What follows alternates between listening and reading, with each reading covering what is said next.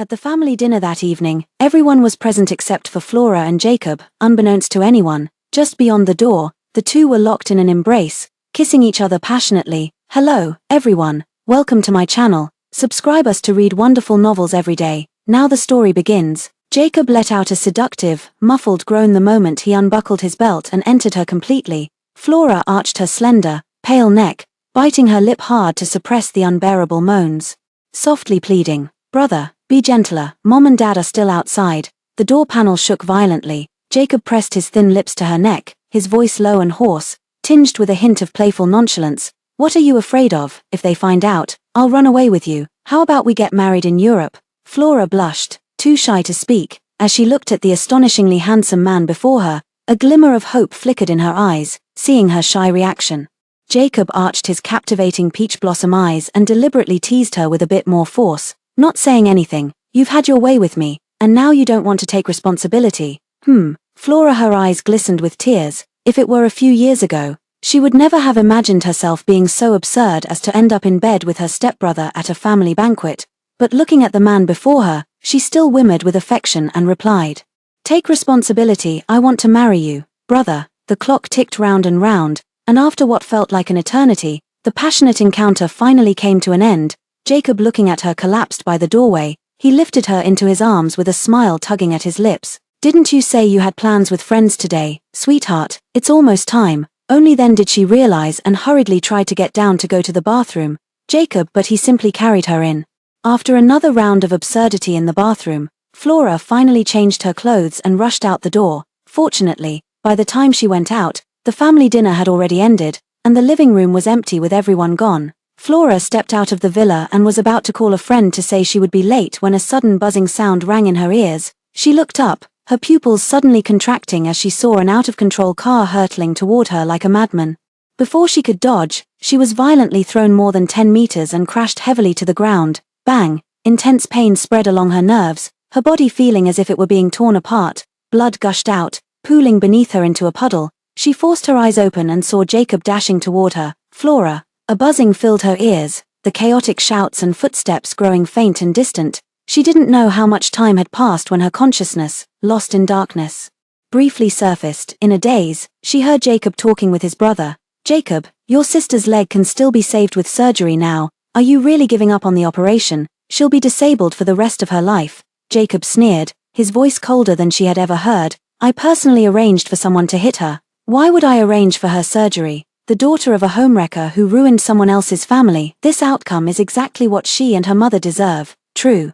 But your sister lives and breathes dance. If she finds out she's disabled, she'll go mad. Speaking of which, you dated her for 5 or 6 years just for revenge. Not only did you sleep with her all this time, but now you're even crippling her legs. You're so ruthless. Did you never have even a shred of feeling for her?" "Feelings?" He seemed to find it laughable and indeed burst into laughter. "I only want to repay the suffering my mother endured tenfold, 100-fold. Onto that mother and daughter. I could never like her in my entire life, let alone have feelings for her. By the way, remember to give the driver some money to keep today's incident under wraps." Word by word, like a bolt from the blue, struck Flora's heart. She never expected that all these years, Jacob had been dating her not out of affection, but for revenge. At the age of 15, Flora followed her remarried mother to the Kelsey family and became the stepsister of the school heartthrob Jacob. At Chingha No. 1 High School, there's a saying, "You might not know the principal, but it's impossible not to know Jacob, because every girl in the school secretly has a crush on him." This statement is no exaggeration, and among them, it includes Flora. She secretly harbored feelings for him but never had any chance to get close. After learning they had become step-siblings. Though disheartened, she still did her best to please him, yet he remained consistently indifferent toward her. Until the age of 18, Jacob, on the night of his graduation, she went to pick him up, only to find that he had been drugged. She was about to take him to the hospital, but in the car, he pinned her down. That night, it was the first time for both of them. From then on, the relationship between the two of them completely changed. Jacob, once he tasted the sweetness, he couldn't help himself. He was no longer distant. Instead, he lured her into bed again and again, calling her good girl as they tangled together intimately. The person she liked also liked her back. Flora sank into it completely, giving both her body and heart to him without reservation. For 6 years, the two secretly dated behind their families' backs. They would interlock fingers under the dining table, steal kisses in the living room and kitchen, and possess each other deep into every night. But until now, she has discovered that everything was just an elaborately designed revenge. Overwhelmed by pain and fury, she suddenly spat out a mouthful of blood and fainted. When she woke up again, Flora found herself still in the hospital. Jacob was sitting by the bed. Seeing her awake, he quickly grasped her hand. "I'm sorry, Flora, it's my fault for not protecting you well enough. Letting you suffer such a severe injury that you can no longer stand. Don't be sad, I promise you, I will do everything possible to heal your legs." If it were before, Flora would have collapsed on the spot upon hearing this tragic news, believing him without a doubt, but now, she just stared at his performance of affection with hollow, numb eyes, trembling all over. His haggard face, bloodshot peach blossom eyes, and the faint glimmer of tears seemed flawless. Yet when she looked at him again, all she felt was strangeness. Jacob also quickly noticed that something was wrong with her and whispered, "Flora, why aren't you speaking? Does it hurt? Tell me, does it hurt?" Pain. "Jacob, it hurts so much." Seeing that she still wasn't speaking, Jacob finally grew anxious and hurried out to contact the doctor. And just after he left, Flora suddenly clutched her chest, her heart gradually overwhelmed with pain and despair. Tears falling one by one, the agony making it hard for her to breathe. "Jacob, 6 years. You actually slept for 6 whole years, and took revenge on me for 6 whole years." As I was in agony, Flora's mom pushed the door open and entered. Seeing her daughter covered in wounds, her eyes instantly reddened. "Mom." In front of her mother, Flora let down all her defenses and threw herself into her arms, crying uncontrollably. After the mother and daughter held each other and cried for a long time, Flora's mom finally calmed down and spoke with a choked voice. "Flora, don't be afraid, your leg isn't completely hopeless. Do you remember Justin, the one you were betrothed to as a child but who emigrated over a decade ago? He studied medicine, has a PhD, and is now an expert in orthopedics. I contacted him, and he said he's very confident he can cure you. I know you're attached to your current boyfriend and have always resented the arranged marriage, but right now, your leg injury is the most important thing. Will you just listen to me this once?" Hearing that there was a possibility of a cure, Flora felt a deep shock in her heart. Could these legs really, truly be healed? She wiped away her tears, and her heart, which had been as withered as dead wood, slowly came back to life. "I'll go." Flora's mom didn't expect her to agree so readily. "This trip might take a long time. Are you really sure? As long as my leg injury can heal, I don't mind how long it takes." Flora's mom felt a weight lift off her heart and stood up to start preparing the visa and other matters. Flora quickly called out to her, "Mom, please don't tell my brother about me going abroad yet." The next second, the ward door was pushed open, and Jacob walked in. "What can't you tell me?" Flora's mom was busy rushing off, and Flora quickly lowered her head, hiding the redness and swelling around her eyes. "It's nothing, just something about my grandma." Fortunately, Jacob didn't suspect anything. He invited the dozen or so orthopedic specialists in and had them carefully examine the injury on her leg. All the doctors sighed in unison upon seeing the wound. "It's not a fatal injury, but the best treatment time was missed, so it's hard to fully recover." Hearing this, Jacob held Flora in his arms, looking even more heartbroken than her. "The injured one. Flora, even if you can't stand up in the future, your brother will take care of you for a lifetime. No matter what you become, I will always stay by your side. Sweetheart, just give me a little more time, and I will announce our relationship to everyone, then take you to get married." Words like these, Flora had heard dozens of times over the years, but this time, hearing the thunderous beat of his heart from his chest, she felt no excitement, only irony. She no longer had the energy to play along with him, saying, "Brother, I'm tired." She closed her eyes to rest. Jacob didn't think much of it, tucked her in, poured a glass of warm water, and showed her every care. Just then, a nurse making rounds saw this and couldn't help but feel envious. A tall, handsome partner who knows how to take care of his girlfriend is truly rare. Flora listened silently, tears once again uncontrollably streaming down her face. It's quite rare to find a partner who would drive a car and break their girlfriend's leg. Flora stayed in the hospital for 5 days. Jacob never left her side in the ward. From examinations and dressing changes to daily meals and routines, he took care of everything meticulously. But on the day she was discharged, he unexpectedly disappeared. Flora's mom drove the car to take Flora home. Explaining the reason on the way, "Flora, Jacob's dad said that friends were coming to visit today. Jacob went back early in the morning to entertain the guests.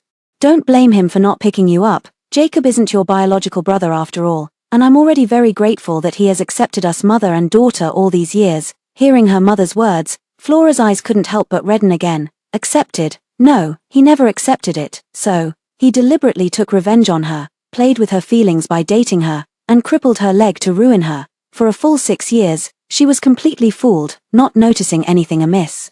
She was in unbearable pain, but afraid that Flora's mom would notice, she quickly wiped the tears from the corner of her eyes. After the car stopped at the doorstep, Flora's mom helped her daughter into the wheelchair while discussing the progress of the overseas treatment. I've already started the procedures for going abroad, and the visa should be approved in about 10 days. Flora, you will definitely get better. Upon hearing this news, Flora's face remained expressionless.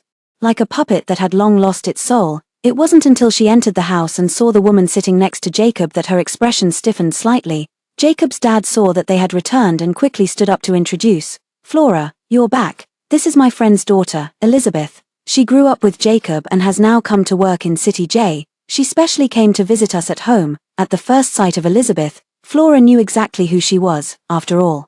The photo of her and Jacob had been sitting on his nightstand for years. Flora had seen it countless times and asked about it just as often, only to receive the same reply every time, a childhood friend. But now, seeing it with her own eyes, Flora knew that Jacob had deceived her again. His eyes were practically glued to Elizabeth. Flora couldn't bear the scene and tried to wheel herself back to the bedroom, but was stopped by Elizabeth. Miss Flora, I heard from Jacob that you had an accident recently and were badly injured. Why are you in a wheelchair? The atmosphere in the living room froze for a moment. Jacob felt a pang in his heart, then heard Flora reply, her eyes red, word by word. There was a car accident, both legs were crippled. I can't stand up anymore. Elizabeth showed a regretful expression. It's okay, you'll definitely get better. When I was a kid, I broke my leg dancing.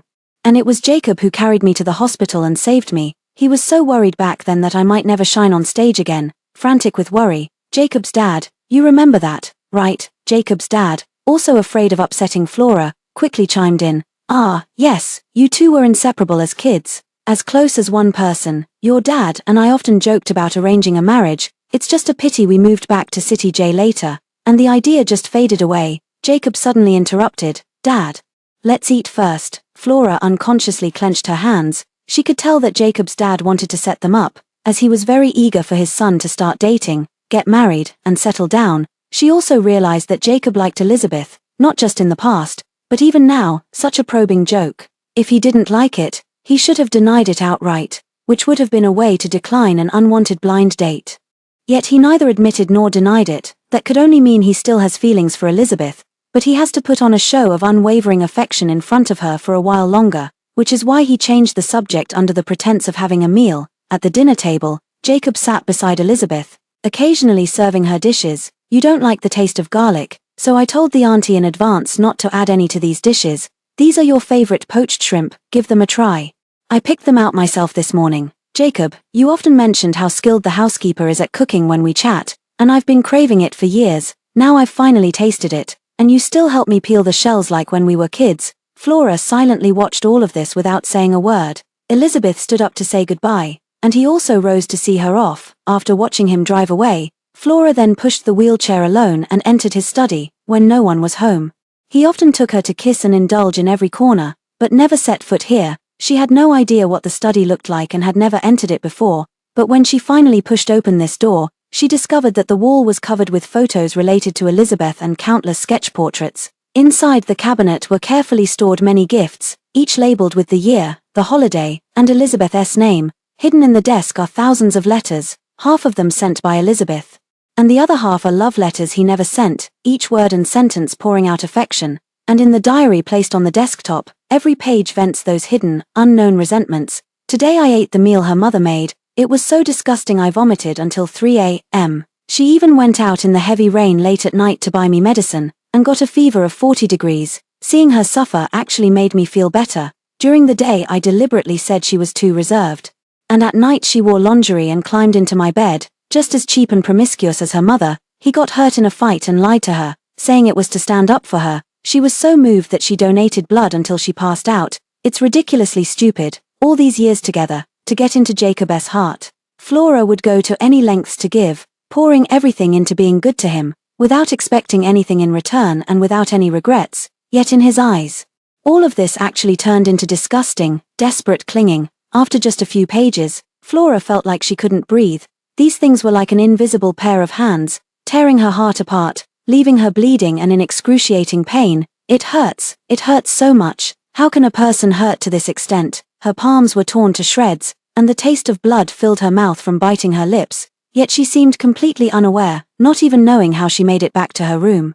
When she came to her senses again, she saw Jacob slipping in silently, wrapping his long arms around her and pulling her into an embrace. Why are you crying? Are you jealous? Flora, Elizabeth and I are really just friends. What my dad said was just a childhood joke, don't take it to heart. Okay, as he explained. He lowered his head to kiss her. As their lips met, Flora finally snapped back to reality and began struggling incessantly, tears streaming down her face. Let me go.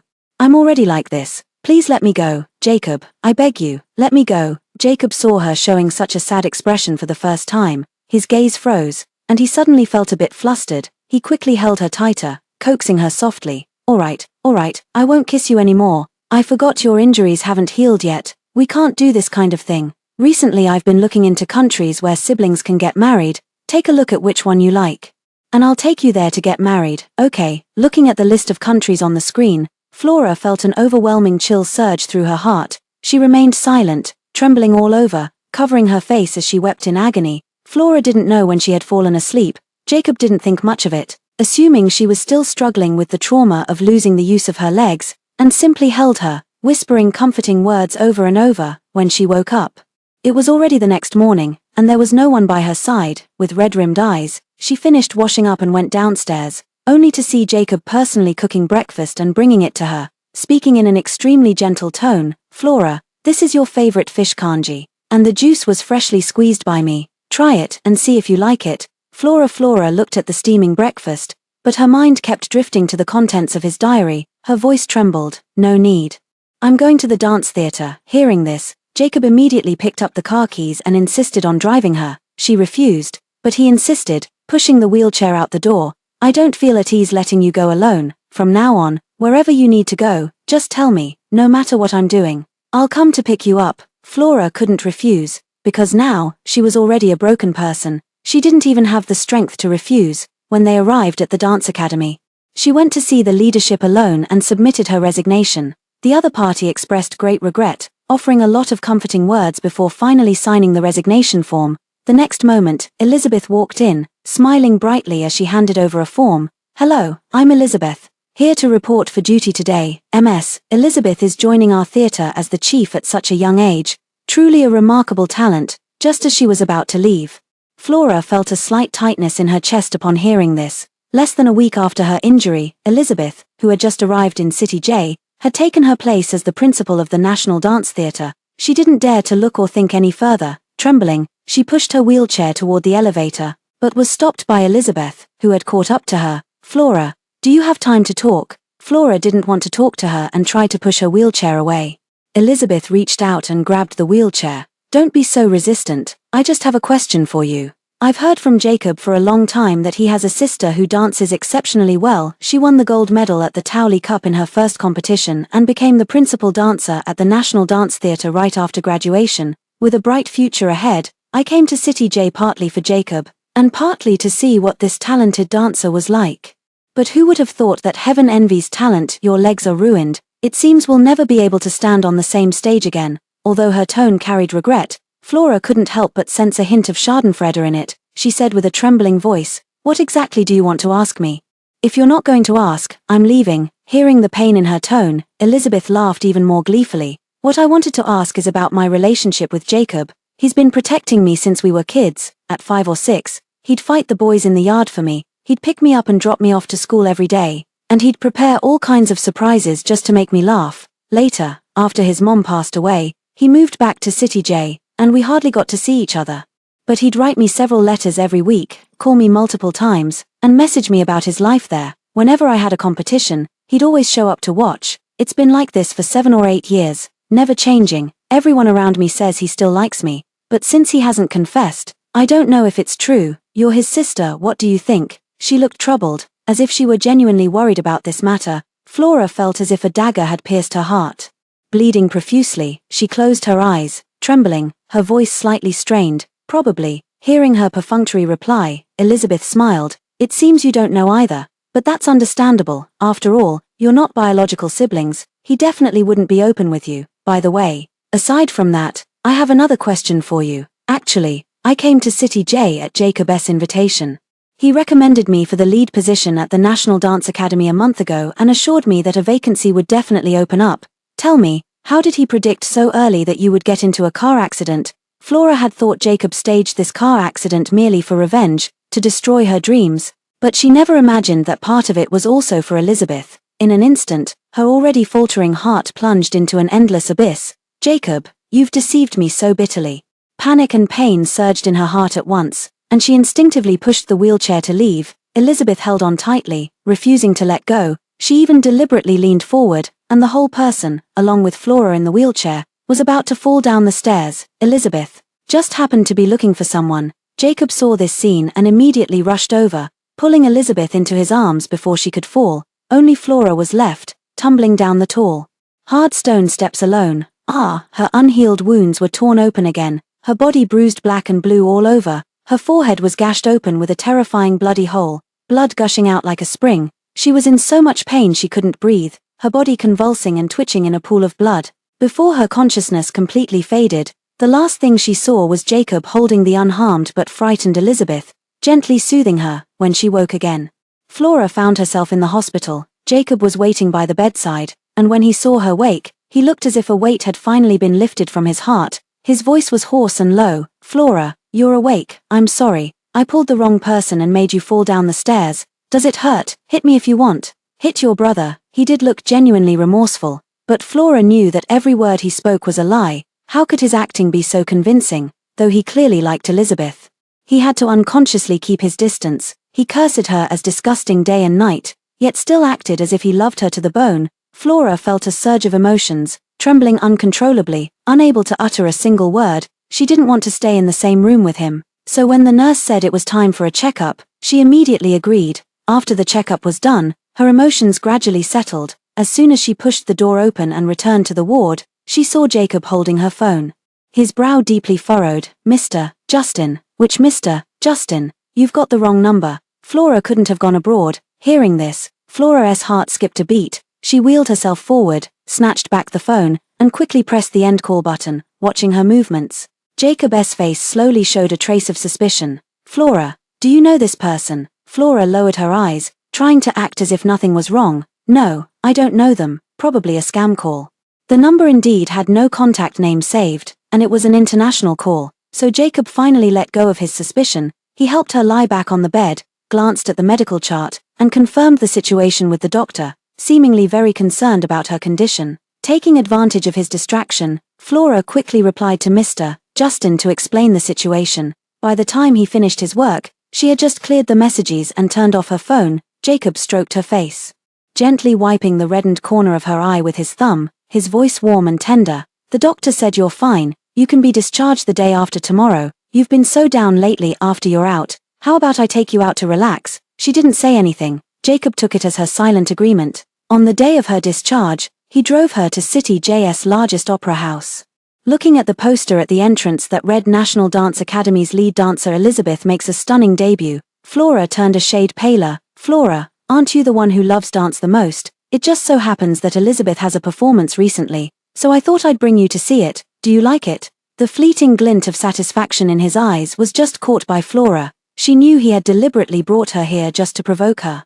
Making a dancer with paralyzed legs sit in the audience, watching the person who replaced her shine on stage, is indeed a highly vengeful act. Flora trembled slightly, her hands gripping the wheelchair until they turned almost white, as she swallowed the rising complex emotions. After entering, the stage curtain slowly rose. Elizabeth appeared gracefully, wearing a silver-white dance dress. Every movement, every spin, every step she took, Flora knew all too well. This dance.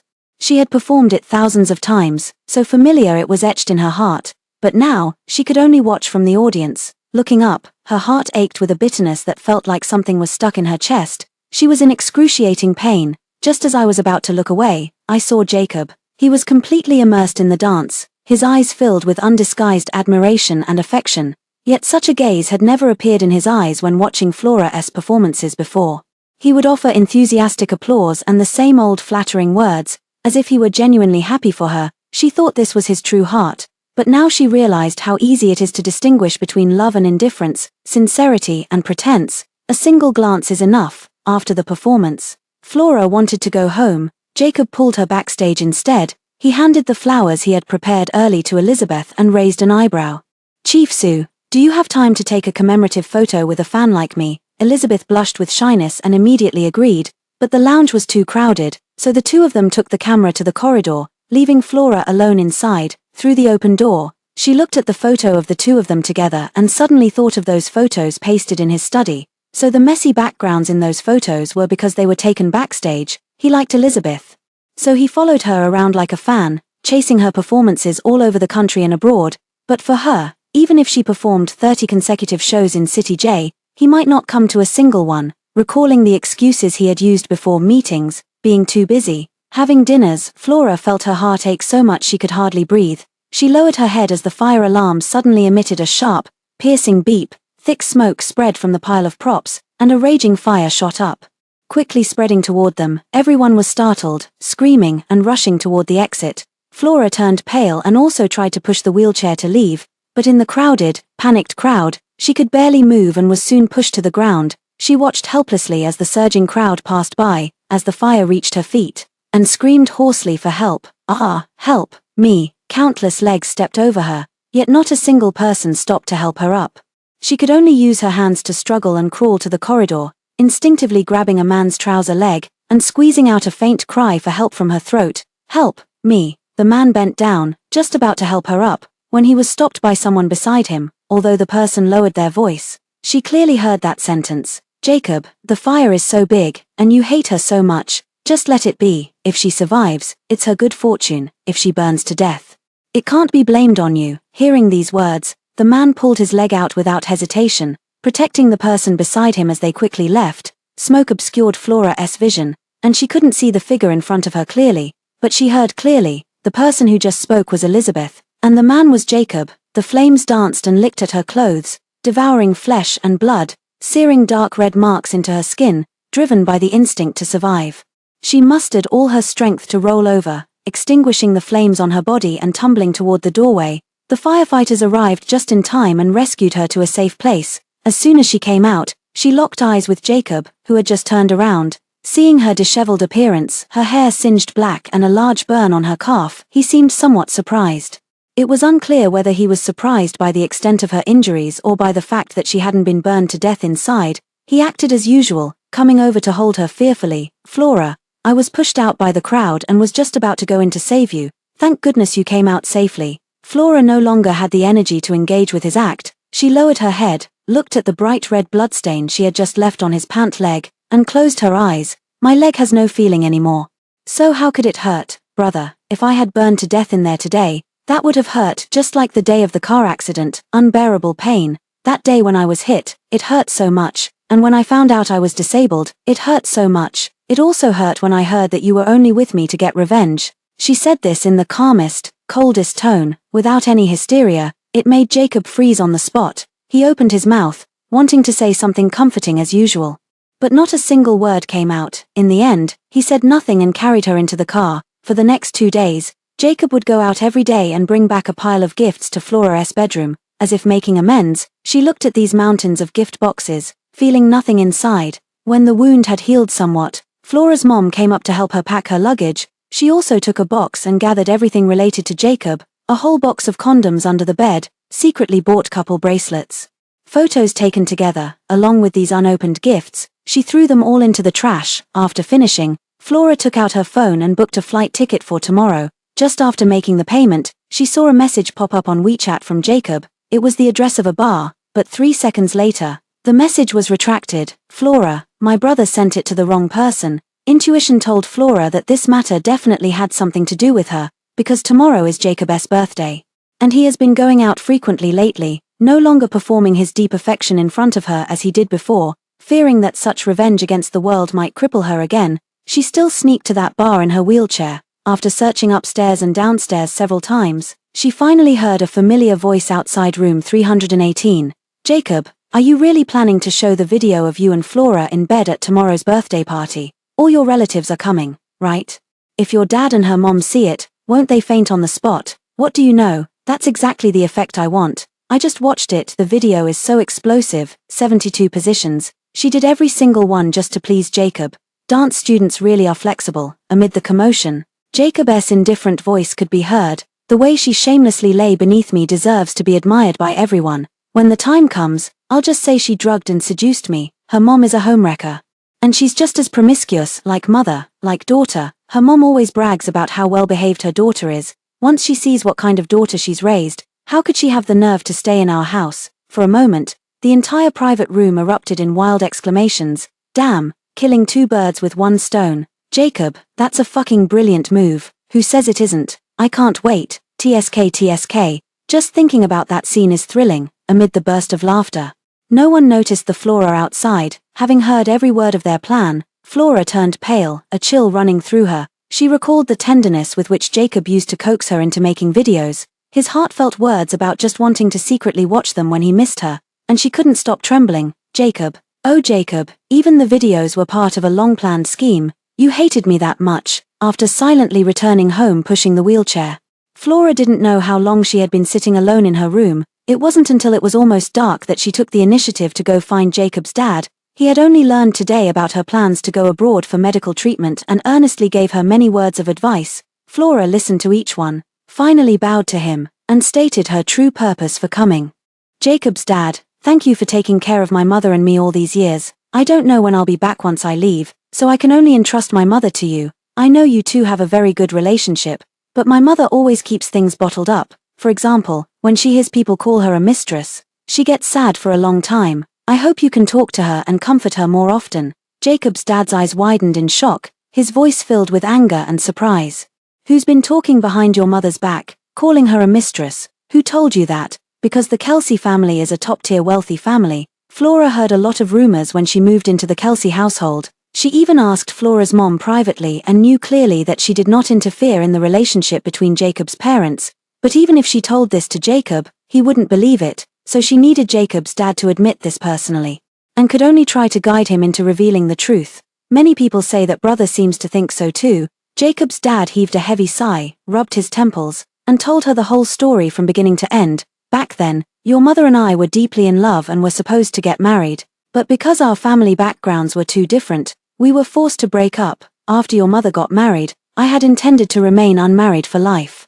But my family pressured me into arranged meetings. Later, I signed a contract with Jacob's mother for a 10-year fake marriage, after which we would divorce. But after the marriage, she wanted to go back on the contract and tear it up, and even drugged me, which led to the birth of Jacob. When the 10-year period was up, I still decided to divorce, but she used Jacob as an excuse and refused to let it go, so this news was never made public. It wasn't until 2 years later when I reunited with your mother and learned she had been widowed for many years that I pursued her again, and we formed the family we have now. Jacob's mother kept causing trouble and even committed suicide after hearing about our marriage. Your mother and I thought it best to let the deceased rest in peace, so we never clarified these rumors. To think they've reached your ears, it's truly unbelievable. Watching Jacob's dad fly into a rage, Flora ended the recording, then she offered to take a look at the contract. Jacob's dad readily agreed and handed it to her. It's hard for us to talk to Jacob about this. Over the years, he has been deeply troubled by his mother's death. Since you and Jacob are the same age, please show this to him. Flora took the contract and nodded solemnly. After returning to the room, she transferred the recording to a USB drive and placed it, along with the contract, into a gift box. She took out a ribbon and was about to tie it when Jacob knocked and entered, catching a glimpse of her empty room out of the corner of his eye. His gaze sharpened. Flora, why is your room so empty? Where are all the things I gave you? Flora said without changing her expression, making up an excuse. I didn't like any of them anymore, so I threw them away. Jacob didn't press further. He handed her the gift box in his hand. When she opened it, she found it was a very luxurious evening gown. Flora, tomorrow is my birthday, and I want to make our relationship public on this day. Will you wear this dress and attend with me tomorrow? Flora, seeing the anticipation in his eyes, she agreed. Okay. The smile in his eyes deepened as he leaned down to kiss her, but she quickly handed him the gift box she was holding. A trace of surprise flickered in his eyes, and he squinted for a moment before asking, "A birthday gift?" Flora nodded lightly, her tone calm and even, and quickly stopped him as he was about to open it. "Wait until tomorrow to open it." He raised an eyebrow, seemingly a bit surprised. "Then why give it to me today?" Flora smiled slightly. "I was just afraid that there would be too many people giving you gifts tomorrow, and you might not have time to receive mine. So I'm giving it to you early." Jacob ruffled her hair. How could that be? In my heart, you will always be the most important. Flora also smiled. But the smile didn't reach her eyes. Yes, she is indeed the most important, because she is one of the people he hates the most. However, I hope he still feels the same when he opens this gift tomorrow. Then, brother, you must remember to open my gift the very first second the banquet begins. It seemed that taking a second or two to unwrap a gift before playing the intimate scene video wouldn't be too much trouble, so Jacob curled his lips into a smile. All right. I'll definitely open it right away, big brother. The next day, Flora woke up very early. When she went downstairs, Jacob was already getting ready to leave. Seeing that she wasn't wearing the dress, he reminded her again with a smile. The birthday party starts at 12 sharp. I'll head over first. Flora, don't be late. I'll be waiting for you. I won't be attending your birthday party, because the spotlight will only be on you. Flora silently answered him in her heart. Shortly after his car drove away, not long after, Jacob's dad and Flora's mom came down with their luggage. She obediently followed them, pushing the wheelchair, and got into the car. After arriving at the airport, the couple gave her many more instructions. When it was finally time to board, Flora's mom hurriedly handed her the contact information of the arranged marriage partner. Flora, I won't be going with you. This is just an phone number. Contact him as soon as you arrive, okay?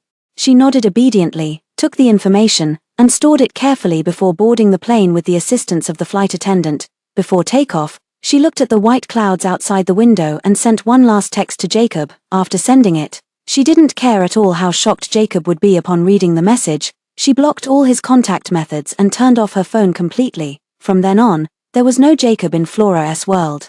Jacob's car slowly stopped at the entrance of the banquet hall, and as soon as the door opened, he was surrounded by a large crowd. Jacob, you're finally here. We've been waiting for you for so long. We agreed to show the video today, and I've already arranged it with the hotel manager. Yeah, we guys got you the biggest screen, guaranteed to make sure everyone can see it clearly when the time comes. His buddies excitedly discussed what expressions the guests below the stage would have when the video played, their eyes full of anticipation. They've been looking forward to this day for so many years, and Jacob naturally walked in the very center of them, humming and laughing casually, tossing a small gift box in his hand. What's the rush? It's still early. Not everyone has arrived yet. Flora really thought I would announce our relationship today and even prepared a birthday gift for me. Everyone's gaze shifted to it, and they immediately understood, laughing knowingly. In previous years, on his birthday, Flora would carefully prepare gifts, sometimes priceless treasures, sometimes handmade items she worked on for months. There was even one year when, to cater to his desires, she endured being filmed in a compromising video in a public restroom. Unfortunately, in the end, all those things became the butt of his jokes, no matter what the gift was. He would scornfully trample it underfoot and throw it into the trash. This year's gift box was so light that his brothers immediately started speculating. She didn't give Jacob her underwear, did she? Ha ha ha. If that's the case, today will be even more interesting. It could also be shares in the Kelsey family. She loves Jacob the most. After all, maybe she's prepared a share transfer agreement. Anyway, it's definitely something good. Once the video is released and the gift is unwrapped, everyone will know that Flora is the one desperately clinging to our Jacob. Jacob listened to those words, a satisfied smile spreading across his face. Ever since Flora was taken into the Kelsey household, he had planned this scheme. He wanted to avenge his mother, to let everyone know that the daughter born of the mistress was also a shameless wretch. He intended to repay every bit of suffering his mother had endured. A cold glint flashed in his eyes as he entered the banquet hall surrounded by a crowd. Quite a few people had already arrived inside. Since it was his birthday banquet, most were relatives from the family and close business partners, exactly what he had hoped for. Only on such an occasion could Flora be utterly disgraced. Someone greeted him, a relative from his mother's side. Jacob stopped to respond. Jacob has grown so much. Do you have someone you like? It's about time to get married. That person's cheerful laughter brought to his mind the image of someone, Flora, who had once wept beneath him, saying she wanted to marry him. Flora, Jacob let out a scoff, finding it amusing. He figured that even now, she was probably still foolishly believing he would marry her. He smiled politely and responded, I have someone I like. Once the birthday banquet is over, I plan to be with her. He was referring to Elizabeth. He had told her that once this matter was settled, he would openly be with her. Thinking of the one he truly liked, Jacob's gaze softened, making his relative sigh with emotion. It's good to have someone you like, as long as the feelings are mutual. Family background doesn't matter, just don't end up like your mother back then. Remember to treat the Lin family well in the future. The relative hesitantly brought up his mother. causing Jacob to frown in confusion. What did he mean by "don't end up like your mother"? His mother had been driven to suicide by the other woman, he would only seek revenge for her. Jacob's expression turned cold. He still wanted to ask something, but his brothers called out to him, "Jacob, hurry up and come over here." Forget it, anyway, they would all find out today what Flora had done. He followed his brother's steps to the backstage, where the hotel manager was already waiting. They were told how to operate the screen, just upload the video they wanted to play, and it would automatically play at the scheduled time. Jacob nodded. He intended to present the video once everyone had arrived. Time ticked by, and the previously agreed upon time had already passed, but neither Flora nor Jacob's dad, Flora's mom, had shown up. People at the scene were already whispering, wondering if something had happened to them. "Jacob, should you call and check?" someone suggested. "Yes, Flora loves you so much, she wouldn't be late for no reason." Maybe something really did happen. He looked displeased, took out his phone, and found that half an hour ago Flora had sent him a message. He opened it and immediately frowned tightly, his face turning as cold as frost, silently staring at the phone. His brothers noticed the change in his expression and couldn't help but grow curious. "What's wrong, Jacob? Did something really happen?" He let out a cold laugh. "Flora found out that I was going to post her video today and asked me to open the gift first. Trying to be mysterious. Does she think I won't post it just because she didn't show up?" Everyone was astonished and hurried to check the message. She actually found out this woman has some skills. "But we have the video in our hands, what's there to fear?" "Wait, Jacob, your family is here. Looks like Flora really isn't coming. Should we still play the video?" In the distance, Jacob's dad and Flora's mom pushed the door open and walked in together, smiling as they took their seats in the front row, seemingly explaining to those around them why they were late. Jacob's gaze was inscrutable, lingering on Jacob's dad and Flora's mom's interlocked arms. When his biological mother was alive, his father treated her like a stranger, never that intimate. It wasn't until after his mother died and Flora's mom became his stepmother that he realized his mother's death was entirely because of this woman who stole his father away, and he filmed Flora to use her as a way to get back at Flora's mom, to let her know that the daughter born from an affair is just as shameless. He stared at them for a long time, but in the end, he nodded. "Release it, of course we will." He manipulated the screen, uploaded the video, then picked up the microphone and walked onto the stage. Thunderous applause erupted from the audience. Jacob spoke at a leisurely pace. "Thank you all for coming to my birthday party. But today's protagonist isn't me, it's my stepsister, Flora, although she couldn't make it here today. I've prepared a surprise for everyone." He spoke coldly, about to turn on the screen, when suddenly his brothers in the audience urgently called out to him, "Jacob, come over here and look at this quickly." "Jacob, Flora's mom doesn't seem to be the mistress." He frowned, wondering what they were up to at such a critical moment. Flora's mom couldn't possibly not be the mistress. His gaze swept over the anxious brothers who were eager to step in, then over the expectant guests below, and the confused yet curious Flora's mom. She was already a middle-aged woman, but her former beauty was still evident as she smiled faintly and turned to speak with Jacob's dad, who responded with an equally warm smile. Jacob watched the scene, and an infinite rage surged in his heart. Over the years, he had witnessed countless such occasions. No one ever showed respect for his biological mother, all because of her, that mistress. How could he change his mind at a time like this? They deserved every bit of this retribution. He expressionlessly turned on the screen, but the video that played was not Flora's compromising bedroom footage, but rather a conversation. "I signed a contract with Jacob's mother to enter a 10-year sham marriage, then divorce, but after the wedding, she wanted to break the contract, drugged me, and that's how Jacob came to be. The 10-year term has long passed, and Jacob's mother and I divorced long ago. She just kept using Jacob as an excuse and refused to let it go, so it wasn't made public. But your mother was definitely not the other woman people claim. It's just that after Jacob's mother passed away, I didn't want this matter to affect Jacob." The man's helpless words came clearly from the screen, just as everyone had initially thought. They all heard the content. It turns out Flora's mom was not the other woman. Instead, Jacob's mother had been the one persistently, even going so far as to drug and scheme to have Jacob. The audience murmured among themselves, looking at the person on stage with disbelief. As for the birthday boy of the day, his face was pale. He never expected such an outcome. How could it be like this when his mother loved Jacob's dad so much? When she kept saying that Flora's mom had stolen his father away, it shouldn't have been like this. Yes, all of this must be fabricated. It definitely can't be real. Who changed my video? Who was it? This isn't real. He shouted on stage and immediately thought of those people who had called out to him backstage. Only they could have set up the big screen. They must have taken Flora's bribes. Jacob was furious. his gaze sharp and piercing, unable to withstand the pressure. Someone stepped forward to clarify. "Jacob, don't be like this. We were just about to tell you that the gift box you threw aside, the one Flora gave you, contains this very thing, and even the contract from back then. We made a mistake." One of the men, who had been looking forward to this day, had a conflicted and pained expression. He was also the one who ultimately switched out the video, preventing Flora's bedroom video from being shown in front of everyone. But Jacob completely disbelieved this explanation. How could his mother be the one who made a mistake? His eyes were bloodshot as he snatched the paper, trying to find something wrong with it, but it clearly stated the terms of the contract between Jacob's dad and his mother from all those years ago. He panicked in an instant. Could it be that all these years of hatred were based on a mistake? Then what did all his actions up to now even mean? Trembling, he tore the paper to shreds and roared on the stage. "Impossible, you're all lying to me. This is all fake. She was the mistress. Flora is the mistress's daughter. Both mother and daughter are despicable. They drove my mother to her death. Everything just now was fake." He wanted to smash the screen, but Jacob's dad stormed onto the stage, raising his hand and slapping Jacob hard across the face, the first time he had hit him in over 20 years. Although what she did back then was disgraceful, he was still his son, and his birth mother had passed away early. Over all these years, Jacob's dad had practically devoted himself to raising Jacob, but he never expected his own son, whom he had raised, to think this way. He was so furious that he pointed at Jacob and cursed. "What on earth were you thinking?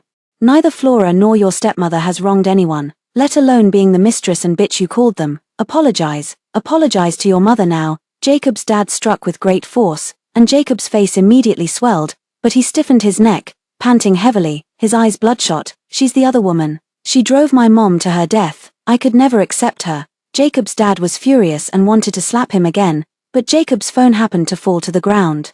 He glanced at it casually and was almost enraged to the point of seeing red. His own son's phone was actually playing a video of him having sex with Flora. In it, Jacob was coaxing the younger girl into saying vulgar things, recording everything on his phone. With today's incident, Jacob's dad immediately remembered what he had originally intended to do. In that instant, Jacob's dad wished he could break his legs. How could he treat his sister like that? Overwhelmed with rage, Jacob's dad nearly collapsed, but the closest person, Flora's mom, also saw the filthy images. She clutched her chest, unable to bear it, and fainted on the spot. In an instant, the banquet hall erupted into chaos, filled with countless voices. Those standing farther away hadn't seen the content on Jacob's phone, but they all learned that Jacob had publicly insulted his stepmother and stepsister on his birthday. Jacob's dad had no time to attend to him, quickly helping Flora's mom to the hospital, while the guests continued to make a noisy commotion, leaving only Jacob alone on the stage. He picked up the phone from the ground,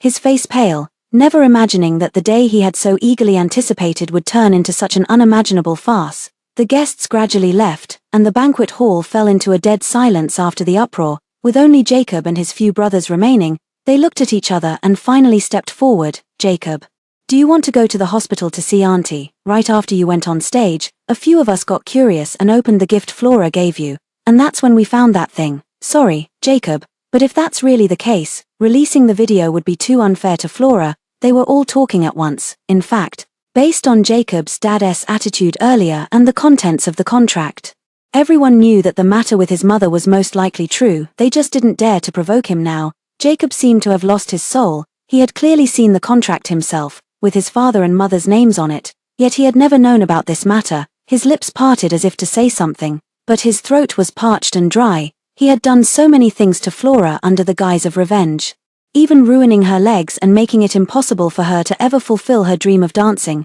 and now he was being told that he had been the one in the wrong all along. He recalled his past interactions with Flora, the way her eyes always held a glimmer of starlight, the way she looked at him with undisguised affection, but all of that had become nothing more than a tool for him to use her. After a long while, he spoke, his voice hoarse. "Flora, where is she?" He still hadn't seen her.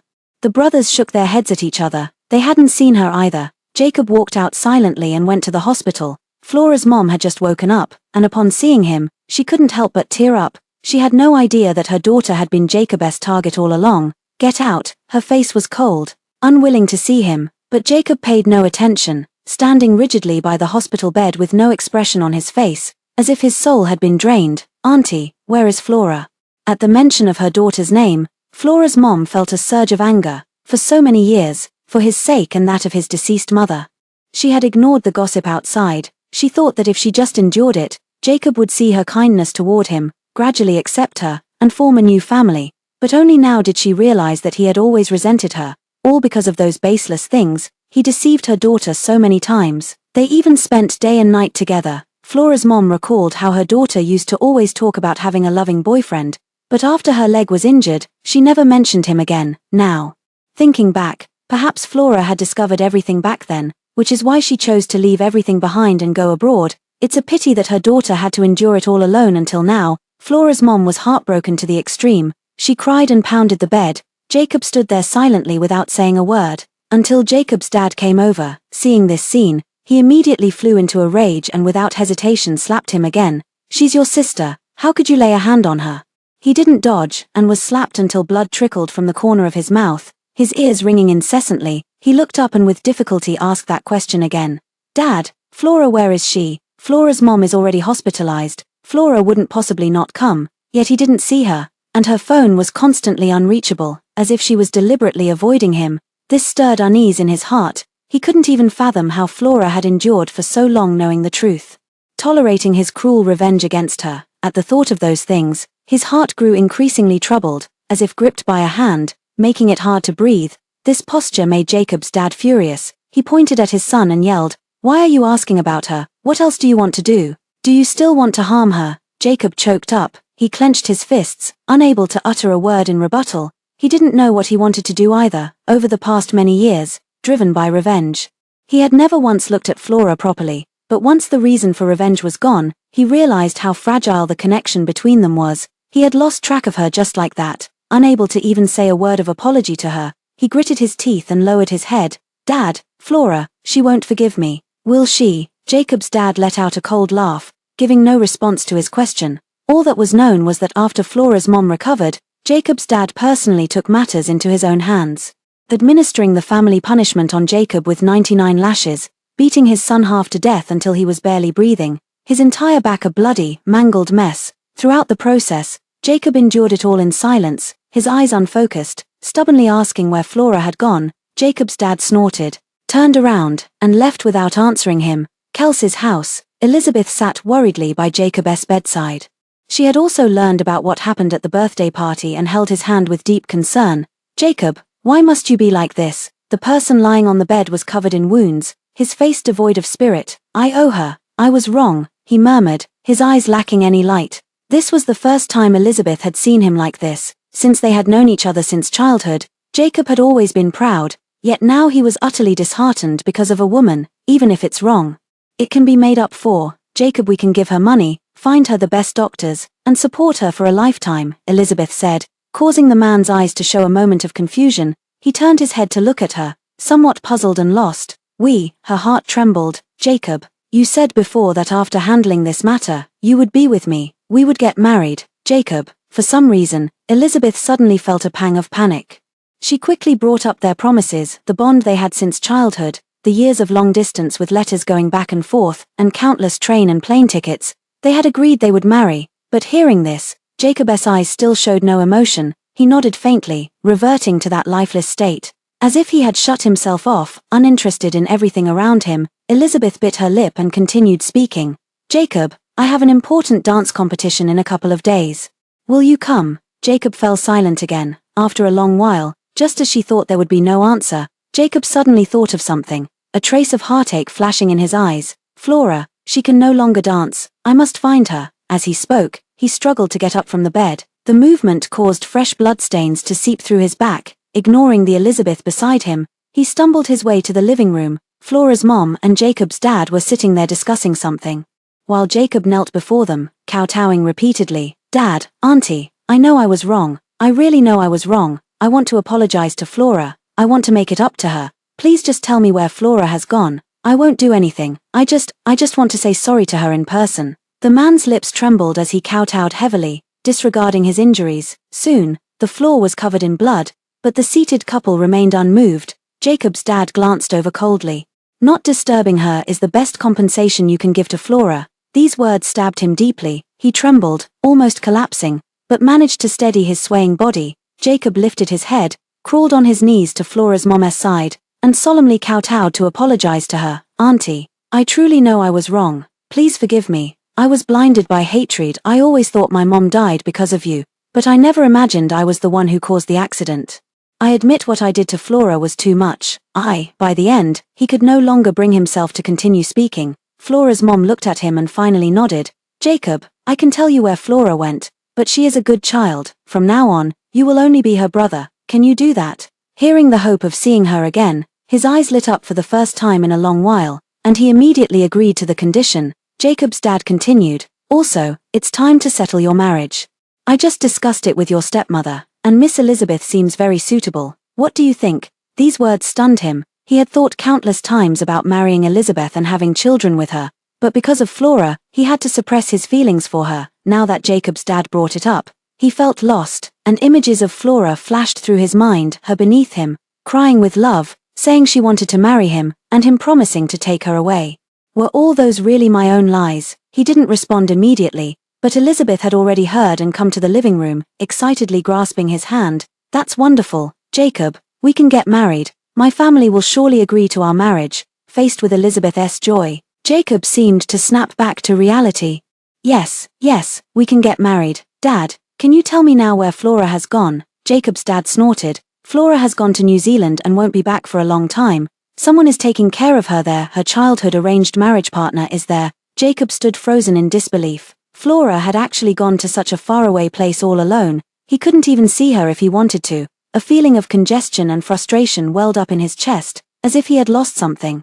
Jacob unconsciously raised his hand and pressed it against his chest, where it ached. With the help of the flight attendant, Flora left the airport in a wheelchair and saw a man walking toward her. Flora, right, long time no see. The man smiled and naturally pushed her along. Childhood memories were too distant. Flora only had a vague impression of Justin from back then. Seeing him in person now, she faintly recalled and returned a smile. Justin, sorry to trouble you. The man's name is Justin, who immigrated to New Zealand over a decade ago, earned his doctorate there, and is a leading orthopedic expert. Although they were engaged in an arranged marriage as children, they only actually spent a few years together. Later, Flora went with Flora's mom to Kelsey's house, where she met Jacob, and this once close Justin was forgotten. Now, reunited with an old acquaintance who seemed so different from her memories, especially with her broken leg. She couldn't help but feel somewhat awkward, but Justin showed no sign of strangeness. He wheeled her to the parking lot, lifted her immobile body into the passenger seat, thoughtfully fastened her seatbelt, adjusted her legs into a comfortable position, and even brought out a blanket. This made Flora wave her hand awkwardly in embarrassment. No need for that, Justin. My legs have no feeling, so I won't feel cold. The man acted as if he hadn't heard. Smoothing the edges of the blanket before looking up at her. You may not feel cold now, but once you recover, you could develop health issues from carelessness at this time. His gentle words made Flora pause. The girl lowered her head, then raised it again, seemingly holding back something as she clenched her hands and spoke cautiously in a soft voice. My legs, do they really have a chance to recover? Her eyes were filled with hope, staring straight at the man. Justin did not avoid her gaze and gave her a definite answer. Not just a chance, they will definitely recover. Will I be able to stand up again? Yes. Can I still dance? Yes. Then, what price do I have to pay? Justin cupped her face, seeing the helpless yet excited tears, which he gently wiped away with his hand as he answered her. There's no price to pay, Flora. Even if it weren't you, I would help every patient. But because it is you, I will work even harder to fulfill your wish. In that moment, Flora finally stopped restraining her emotions. She hugged Justin tightly, her body trembling. Thank you, Justin. The man silently comforted her. After Flora calmed down, Justin took her back to the villa, having prepared in advance. Everything inside was arranged in pairs. Justin pushed her wheelchair to tour the villa, carefully explaining the purpose of each room, but when they came to a closed door, he paused, seemingly hesitant. Flora immediately realized there must be something inside she shouldn't see. No need to go in, Justin. I'll mostly stay in my room. Although they had a childhood betrothal, Flora knew she wasn't yet at a level to pry into others' secrets. If possible, she didn't want to cause Justin any trouble. The man visibly breathed a sigh of relief, skipped that room, and continued introducing the place, leading her to her own room. This made Flora a little curious. What kind of unspeakable thing was hidden in that room to make Justin so nervous? They hadn't seen each other for almost 20 years. Bringing up the old engagement so suddenly now, had it caused him trouble, or had it torn apart his own relationship, leaving him with an unspoken regret? At the thought that she might have become the villain, Flora felt her visit was far too abrupt. She tugged at the man's sleeve, wearing an apologetic expression. Justin, actually. The engagement between our families was too hasty. I came here mainly for leg treatment. If you have someone you like, I can explain it clearly to the elders. As if hearing something unbelievable, Justin paused for a moment and asked her in return, do you want to dissolve our marriage? Flora thought for a moment, nodded, then shook her head. I just feel that my sudden arrival has disturbed you. Our family's marriage arrangement was made when we were children. It shouldn't bind you and keep you from being with someone you truly love. Justin immediately realized he had misunderstood, and a helpless smile tugged at the corner of his mouth. You're not disturbing me, on the contrary. Ever since Auntie told me you were coming, I've been looking forward to this day. I know you're here for treatment for your legs, and I won't force you to marry me because of this. But when you're able to stand again, I hope you'll give me a chance and decide then whether you want to marry me. Is that okay? The man spoke calmly and thoughtfully, considering everything. Flora had no reason to refuse. Under his gaze, she nodded gently and moved into the villa. Justin set up a separate operating room, prepared all the medical equipment, and began examining Flora's legs. Due to delayed treatment after the car accident, her legs had lost sensation. Many top doctors in the country had been unable to help, but Justin had already reviewed Flora's leg scans a month earlier. As long as the surgery was successful and she persisted with rehabilitation, the chances of a full recovery were very high, but now, upon re-examining, he found that her legs were in a worse condition than before. In addition to extensive bruising and muscle necrosis, there was also a large area of burns. His expression turned grave. Unable to imagine what she had gone through during this time to have left such ugly scars, what pained him even more was that Flora seemed to have grown accustomed to such legs, showing no emotion, just calmly hanging her head. Your injuries have gotten worse, Justin whispered. Remembering the sea of fire that nearly trapped her, Flora bit her lip and fell into silent stillness. Fortunately, it didn't affect the muscles or bones, so the chances of recovery are very high.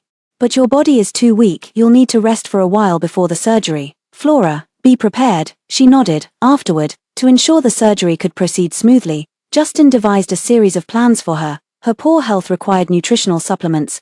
Justin personally prepared 3 meals a day for her, strictly controlling her diet. Her legs needed massage. Justin kneeled halfway every day to rub her necrotic muscles, helping her adapt to rehabilitation as soon as possible after surgery.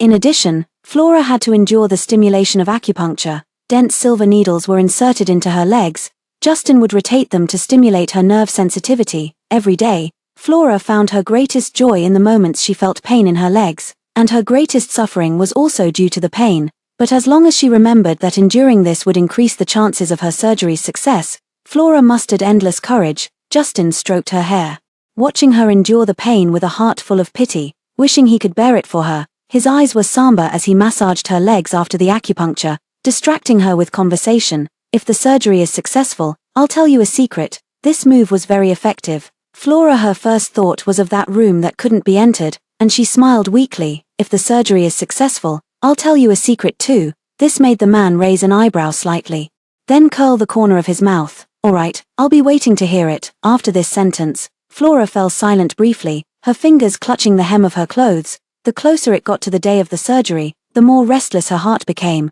and she even had nightmares. Justin noticed her small gesture. After massaging her leg, he stood up and patted Flora's head, still worried. The woman nodded hesitantly. Well, in case it doesn't work, then I'll take responsibility for you for a lifetime. Justin stopped her words, looking at her seriously. And it won't fail, believe me. I can make you stand up again and return to the stage that belongs to you.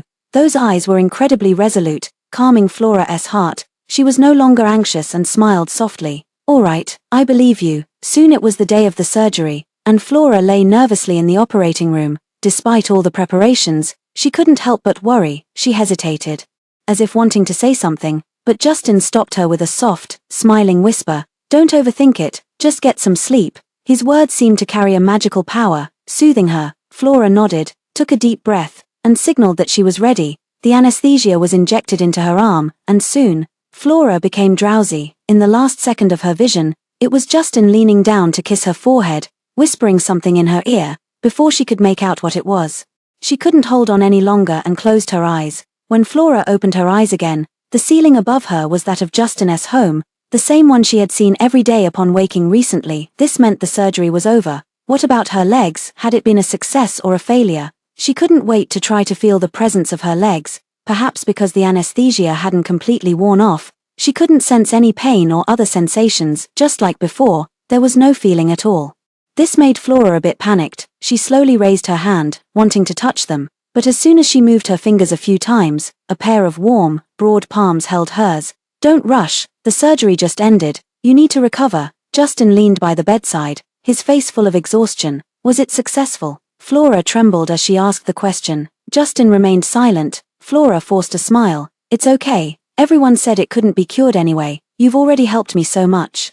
Failure was expected, I won't mind. And you shouldn't blame yourself either, this is just a normal outcome." She didn't know whether she was comforting Justin or herself, rambling on, trying to prove that it was just a surgery that could reasonably fail, but her panic betrayed her. She wanted to hear that result more than anyone. Tears streamed uncontrollably down her cheeks, falling unnoticed onto the bed, dampening the sheets. Justin smiled helplessly and pinched her cheek.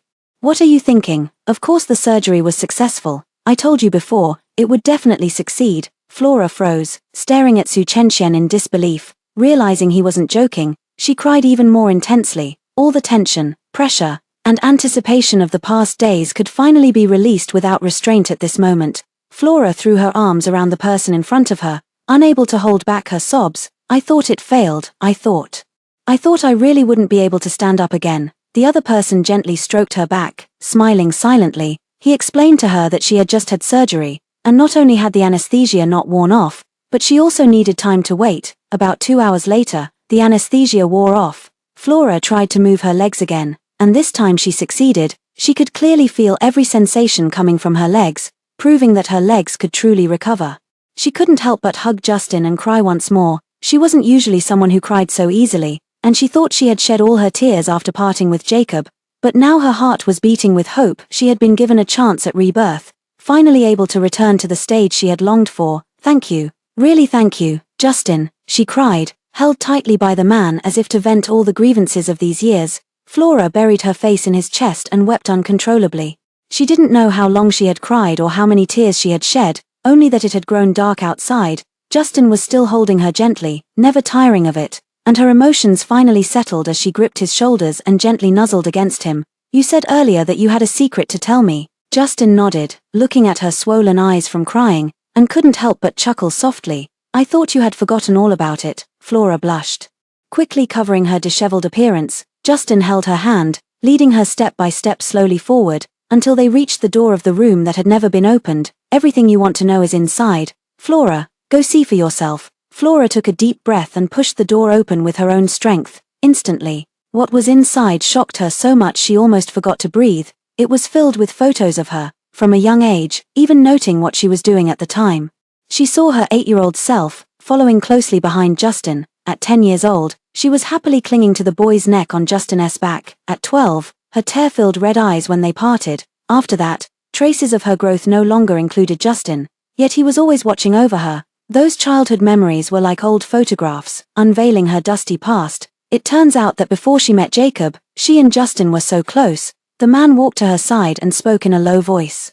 "I've been watching you all these years, Flora, but I knew marriage was a childhood matter, so I've been waiting for you. Fortunately, I've waited for you. Would you give me a chance?" After these days of being together, Justin's kindness towards her was evident, and she couldn't help but be moved by it. Yet it all felt too dreamlike, making her wonder if this was another trap. She was a coward, she didn't dare gamble with the rest of her life, but Justin's gaze was sincere and intense, burning her heartbeat, making her voice tremble with a hint of tears. "I'm afraid, Justin, I've already lost once before." The man was right beside her, his voice resolute. "Flora, you will only get better and better, and your future will be more and more brilliant. If you're afraid, then I will wait for you.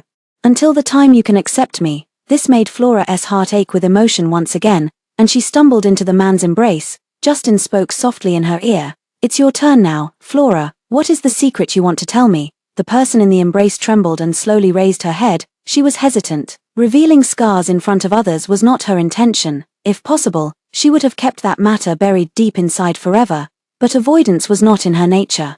Just as Justin had said, her future would surely get better and better. She suppressed the fear within her, exposing her most vulnerable part. "I was with my brother for 8 years before." She made everything from those years clear to Justin, including all the reckless and shameful things she had done to please Jacob. Even though she no longer loved him, the past remained her nightmare, always making her fear that if she hadn't realized it in time, she might have fallen into irredeemable ruin by now. Flora forced a faint smile and lowered her eyes. If you think I'm tainted, you can still take back what you just said. I'll also call off the marriage alliance. I'll explain it to my parents and won't put you in a difficult position. I'm already very grateful to you. If it weren't for you, I wouldn't have been able to stand up again. Before she could finish, Justin pulled her into an embrace and spoke gently into her ear. In my heart, you are the purest. Everything I just said is true, and I won't take it back. I've waited a long time for you to see me, and waiting a little longer is nothing. Perhaps this embrace was too warm. Flora reached out and held on tightly, burying her face in it, tears streaming down continuously. In the following days, she followed Justin's plan every day, doing leg rehabilitation exercises. At first, she couldn't stand for long periods, and her muscles were stiff, no longer as flexible as they once were, but with each day of effort, she could clearly feel her legs slowly improving, and she was able to perform some simple dance moves. This excited her immensely, and she persisted with her rehabilitation every day. Justin told her that at most in 6 months, her leg would fully recover. During the recovery process, Justin still treated her with the same attitude as before, but some feelings had quietly changed. He would invite her to dinner in a private room on the 99th floor, where it felt as if one could reach out and touch the clouds and the moon. In the surprisingly romantic scenery, Flora's eyes sparkled with starlight. This is the first time I've known about this restaurant. It's really beautiful, Flora praised sincerely, her gaze lingering outside the window. She has recovered well now and can move around on her own without help. Justin smiled and pressed the call bell on the table. The next second, a waiter pushed in a cake cart. Her gaze softened even more. A gift for you, Flora, Justin said this, letting her see the words on the cake, which wished Flora a swift rise to the stage. They also went on a drift boat ride. The turbulent currents sent their small boat rushing straight ahead, splashing layers upon layers of water. Originally, Justin did not approve of such a project because it could be dangerous, but Flora was cunning and asked him, if there's danger, will you protect me? Justin was speechless. He knew that if anything really happened, he would protect Flora at all costs, never letting her feel heartache again. Flora was having a great time. The cold water soaked her clothes, but she didn't feel cold, only excitement. At a sharp turn, she lost her balance and fell into Justin's arms, leaning against his firm chest as he carefully held her. Be careful, the current here is strong. Hearing the urgent reminder, Flora couldn't help but smile, naturally wrapping her arms around the man's waist, hiding in his embrace to avoid the splashing water, then laughing uncontrollably at Justin's once immaculate hairstyle, now thoroughly drenched and disheveled. Justin was taken aback for a moment, then smiled along with her, his expression gentle. In the later stages of her rehabilitation, Justin took Flora to New Zealand's largest dance theatre. She had now almost fully recovered, though she still couldn't overexert herself, or there would be a risk of relapse in her legs, but performing a short piece was no problem. Flora was already a top-tier dancer before, and now, after a long time, she put on her performance costume again, making her whole being brim with excitement. On the empty stage, she moved her body like a dancing butterfly, as if smelling the scent of sunlight, filling her mentor's eyes with admiration. Excellent, full of potential. Director Sierre has really found a promising talent for me. Miss Flora will surely become the most popular figure in our theatre in the future. Flora smiled shyly, her face blushing. You flatter me. I still have much to learn. The mentor nodded again, smiling at Justin. Is Miss Flora Mr. Sierre's girlfriend? Humble and not arrogant, that's a rare quality. Justin didn't refute, his broad hand clasped hers, and he nodded in agreement. That's right, she's doing well. I'll leave her in your care from now on. Flora's face turned even redder, but she said nothing. After it was over, they walked hand in hand on the road, admiring the beautiful night scenery together. Flora couldn't help but complain playfully. I haven't even agreed to be your girlfriend yet. Justin squeezed her hand. I was too impatient, always wanting to have you. Now that you're really getting better, I worry that you might fly to a farther place. The man's voice was low, carrying a rare hint of unease. So he can be flustered too, after all this time together. Flora had always thought he never got nervous. Now that she saw this other side of him, Flora couldn't help but curl the corners of her mouth and chuckle softly. What if I really go somewhere far away? Keep waiting for you. Justin thought for a moment, making Flora laugh. You're such a fool. The man also laughed, not realizing when they had walked into a banquet hall. He pressed the switch, and the bright lights turned on, illuminating the banquet hall, making Flora wide-eyed and unable to believe it. The place was understated yet luxurious. showing the host's meticulous attention to detail everywhere. Even the fresh flowers still had dewdrops on them, having been specially airlifted in. She let out a soft gasp and, without realizing it, walked onto the stage. She was still in shock. Justin had already taken her hand, his gaze gentle, if you like. Why don't we consider this our engagement scene? She had her suspicions, but it wasn't until she heard it with her own ears that she confirmed his intentions. She had originally come to New Zealand just to heal her legs, but Justin had given her so much that it filled the void in her heart once again. She no longer fears that burning passion. Okay. She looked into Justin's eyes and gave him a clear answer. Jacob, it's been over half a year. It's time you accept reality. In the villa Jacob had bought himself, his brothers watched with pity as the man drank bottle after bottle. Since Flora left, after learning the truth of that year, Jacob has been drowning his sorrows in alcohol, feeling utterly dejected. He doesn't even know what he's doing anymore, even though he's about to marry Elizabeth. He still can't let go of that person in his heart. During this time, his brothers kept coming to persuade him, but he wouldn't listen to anything, as if only alcohol in the world could help him escape reality. His brothers sat beside him, their brows furrowed with worry, sighing incessantly. It's been so long. Jacob still can't accept it. We've never seen him like this before. Although the revenge plan failed, those rumors have now been suppressed. Very few people in the circle know the truth. And Jacob and Elizabeth are getting married soon. It's just not like him to keep acting like this. Back when Jacob's company was about to go bankrupt, he wasn't like this. It's been half a year already. His health must be ruined from all the drinking. Do you think it's because of... The final suspicion lingered in that unfinished sentence, but everyone knew whose name it was, though no one was willing to say it aloud, because as soon as those 3 words are spoken, Jacob would go crazy as if triggered, and no one knows where his anger and pain come from. They lowered their voices and gathered together. Is Jacob still feeling guilty, having been taking revenge on the wrong person all along? That must be a heavy blow to him. But now Flora is gone, no matter who of us calls her, the line won't connect. Jacob can't even apologize. Or is it? Jacob actually fell in love with her. The words were spoken cautiously, as if afraid of being overheard.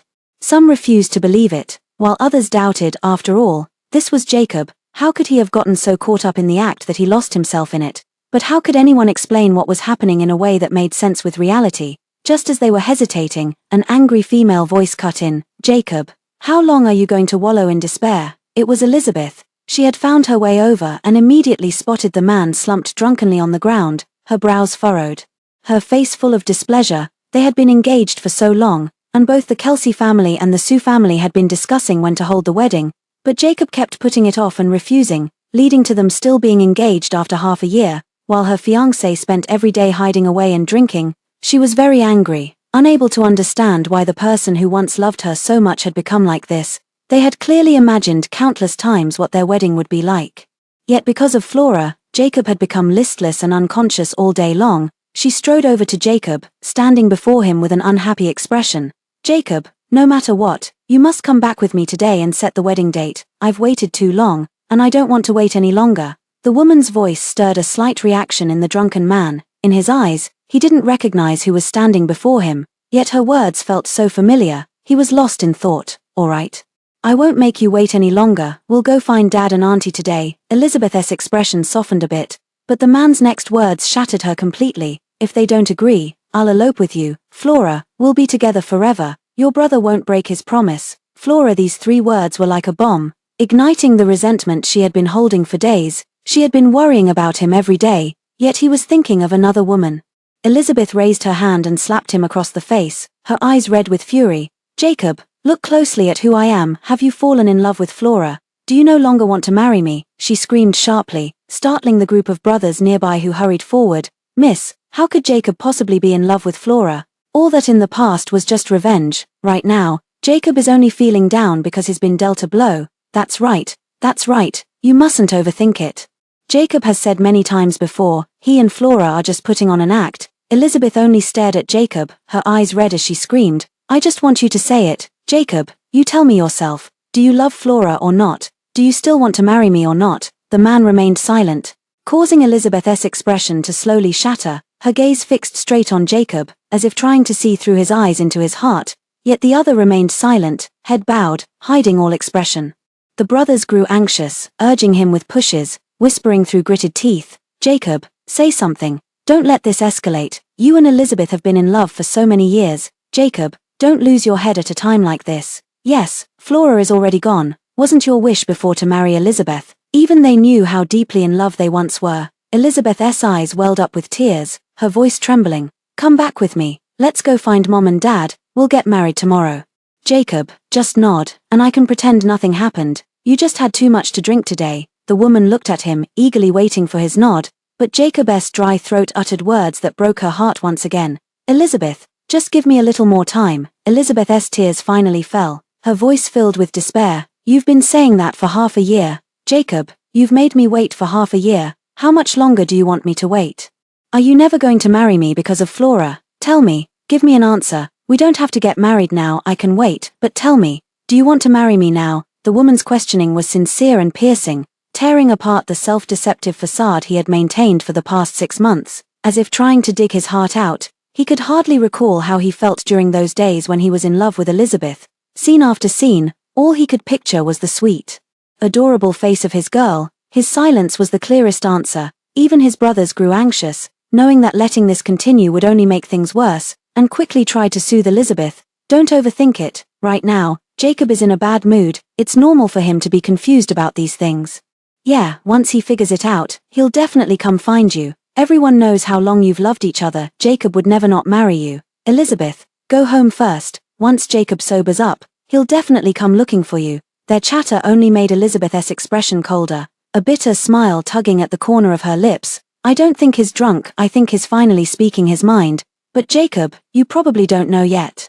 Flora is already engaged in New Zealand and will be married soon. She never cared about you at all. At these words, everyone was shocked. Flora is actually getting engaged. Although they all knew she went to New Zealand to find her childhood arranged marriage partner, so much time had passed that the childhood betrothal was just the elders' wishful thinking. Few took it seriously. Everyone thought Flora was just using it as an excuse to avoid Jacob, and even he thought so himself. That's why he had always been unwilling to marry Elizabeth. He always thought he could wait until Flora returned, apologize, and make it up to her properly.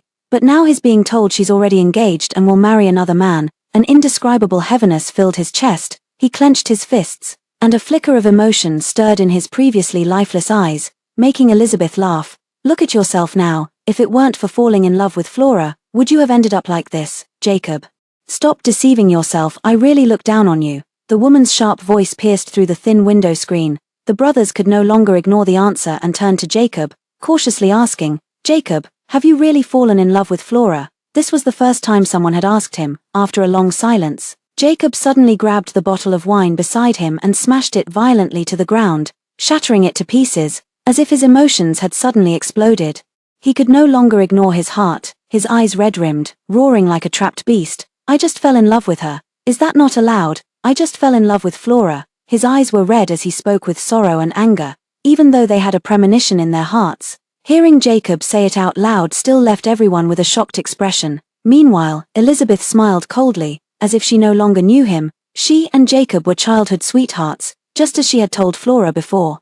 Since the age of 5, Jacob had always protected her. They went to and from school together, did homework together, and for the sake of her smile, Jacob always prepared countless surprises. Even after they were separated, they kept in touch. The letters the young man sent were always filled with burning emotions. Although he never confessed, everyone around them believed they would eventually marry, until she returned and discovered Jacob already had a girlfriend, and it was his sister.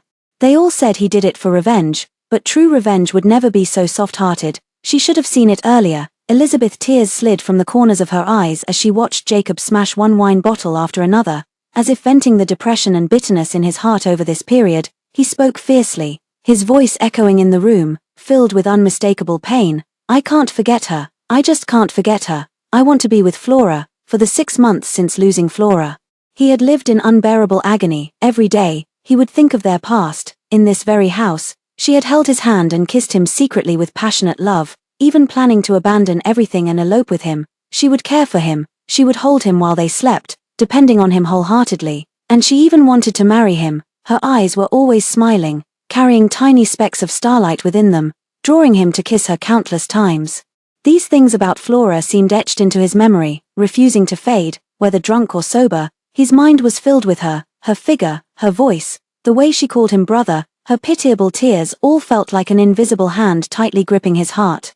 making every breath remind him of the scent he once buried in Flora's neck. Jacob had never imagined he would become like this. He was once aloof and ruthless, a man who would stop at nothing for revenge, enduring for years, but now, he had lost everything. His revenge was a mistake. He had hurt the one who loved him most, drowning himself in alcohol and memories, unable to break free. He didn't understand why he was in such agony. Flora seemed to have taken his heart with her, making him miss her every moment. He could only numb himself with alcohol, hoping to ease the pain, but whether in reality or illusion, in joy or struggle, everything was occupied by Flora. She was like an inescapable obsession, entwined around his heart, leaving him immersed in pain day after day. He didn't dare admit that he loved her. He had done so many things to hurt her, treating her as an object of revenge and exploitation. How could he admit that the person he once hated to the bone had become an indispensable part of his life? But at this moment, he could no longer hold back. The pain of losing Flora and the regret of learning about her engagement were deeply intertwined, driving him nearly mad. He had long fallen in love with Flora. He couldn't live without her. He let out a hoarse, low growl, his bloodshot eyes welling up with tears. Elizabeth clenched her teeth, watching the person she loved suffer for someone else. Her heart shattered, making it hard to breathe. She wiped away her tears. If you really can't let her go, then go find her. Only by seeing her will you know what you truly want. If, by then, you really don't want to marry me, at least I'll know the reason. And we can part on good terms. Jacob was stunned and asked in confusion, go find her. Yes, go find her. Say what you want to say, no matter what. You won't know until you try. If you don't even dare to try and just mope around here feeling down, what kind of man are you? Elizabeth said coldly. This sentence brought him back to his senses. Jacob stood up and suddenly saw the tear stains on Elizabeth's face. He stopped in his tracks.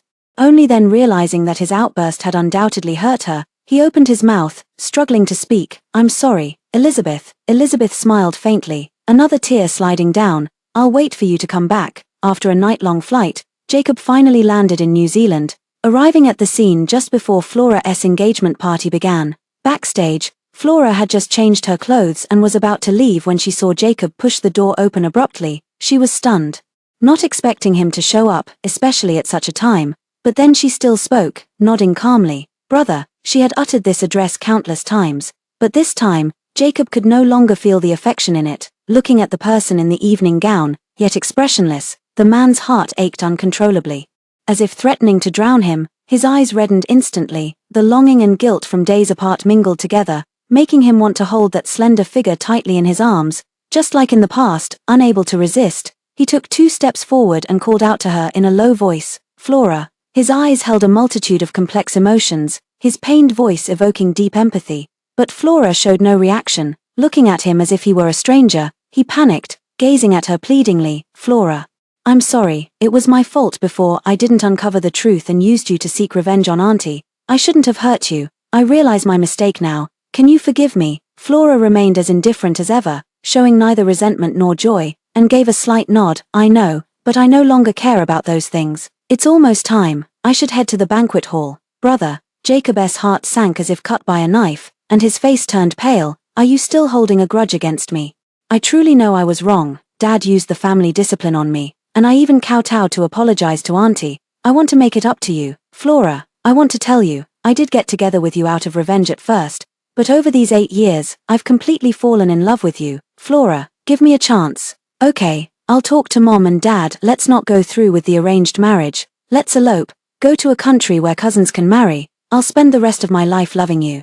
The man's eyes reddened, his voice trembling and pitiful, as if he were about to shed tears for her the next second. But it's too late. I stopped loving you long ago. Why can't you understand? Flora didn't respond to those words, just watched him calmly. In her eyes, there wasn't a trace of love for him, not even hatred. Brother, today is my engagement banquet. Are you planning to release my intimate photos and videos at an occasion like this, to make the Sue family, a laughingstock?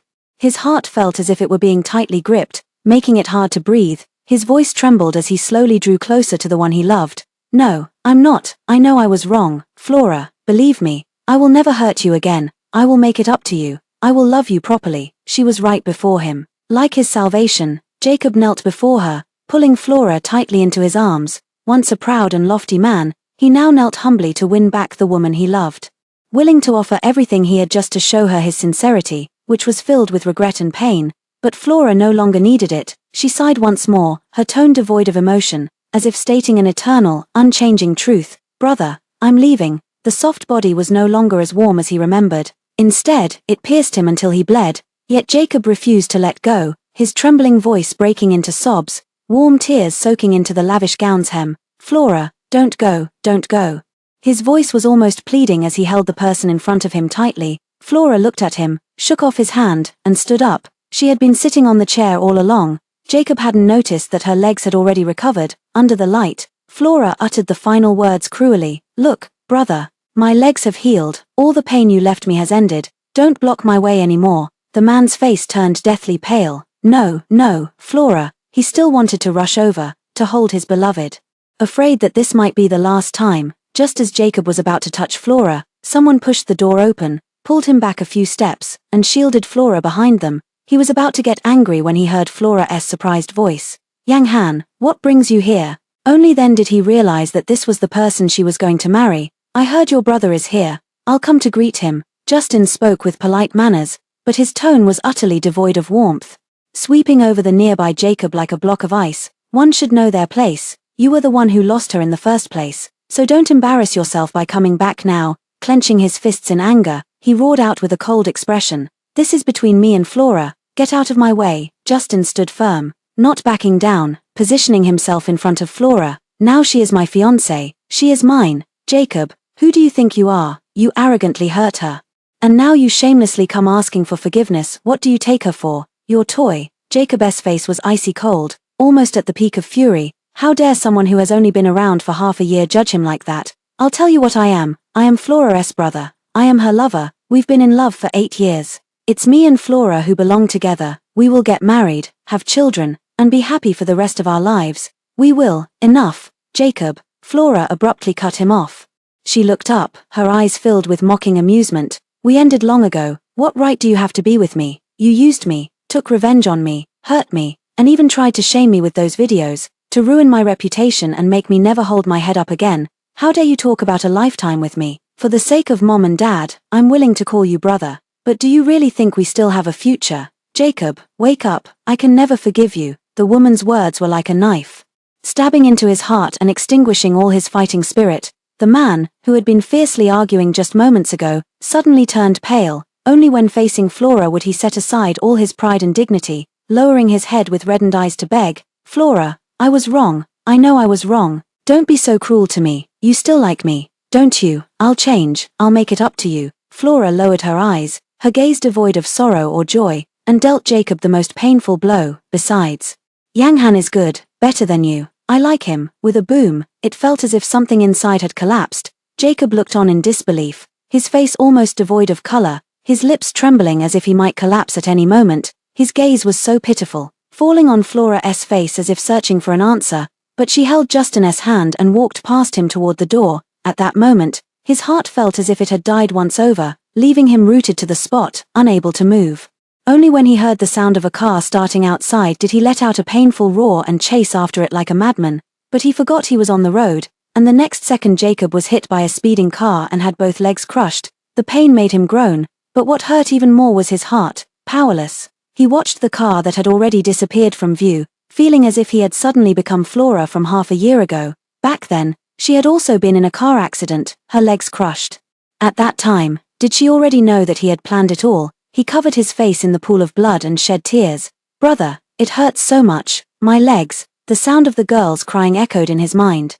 Jacob sat up abruptly, his face pale. He had another nightmare. Ever since returning to the country and losing his legs, he had been constantly immersed in the past. His brothers came to see him. Jacob refused their help, moving his body on his own, holding on to the bedside, and struggling to sit in the wheelchair. Today was his and Elizabeth's wedding day. Jacob, are you really not going to treat your leg? The doctor said there's still hope for a full recovery, said someone pushing the wheelchair, unable to hold back. Jacob shook his head, looking utterly exhausted. This is what I owe Flora, but her leg has already healed. You don't have to. I owe it to her. The nanny and butler busied themselves around him, helping him with his styling, changing his clothes, concealing the fatigue on his face, and finally, Jacob's dad pushed him to the grand wedding venue.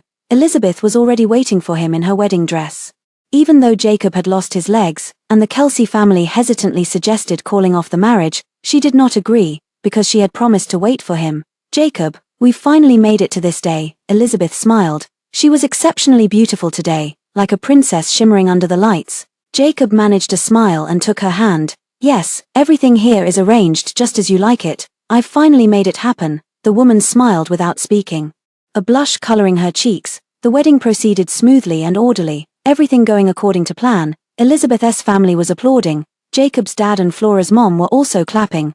But Jacob felt numb all over, as if he had lost his thoughts and soul. The host excitedly recited the solemn vows. Elizabeth, miss, do you promise to love Mr. Jacob for a lifetime and never leave him? Elizabeth did not hesitate and answered the question with a smile immediately. Mr. Flora, are you willing to love Miss Elizabeth for a lifetime and stay with her forever? Jacob smiled and gave the answer as well. Just as he turned his head, he suddenly saw Flora's mom holding a phone, looking at something. Out of hidden curiosity, Jacob glanced over, then froze in a daze. So today was also Flora's wedding day. He saw the person in the video wearing a white wedding dress, with a faint smile, so beautiful it was beyond words, the happiness in her eyes almost overflowing. He hadn't seen it in a long time. His body trembled as he watched the woman he loved walk down the red carpet with Justin, kissing under the blessings, his face instantly turning deathly pale. A voice in his heart screamed not to let Flora marry someone else, but in reality, he could only grip the armrests of his wheelchair tightly, restraining his inner turmoil. He forced himself to stop looking at that cruel yet longed-for scene and continued the ceremony with Elizabeth. As the ring was placed on the woman's hand, Elizabeth leaned down and embraced him, whispering softly into his ear, Jacob, you still forgot. I once said the wedding scene I wanted wasn't like this. I like blue bouquets. Pink is what Flora likes, right? Warm tears moistened the side of his face. Jacob suddenly turned his head and realized the entire scene was filled with things Flora loved. The flowers she liked, the decorations she liked, the style she liked, everything but the bride was her. Jacob's heart felt as if it had been brutally stabbed, making it hard to breathe. He wanted to say something, but in the end, only tears flowed. Elizabeth watched him, also in tears, a faint smile on her lips. I'm sorry, he said, his voice unheard by anyone. The MC looked at the couple's tears, and an excited, joyful voice boomed from the microphone. It seems Mr. Flora and Miss Elizabeth are truly in love. They're already crying so much. Let's wish them happiness. Thunderous applause filled the room, making Jacob feel as if he were suffocating.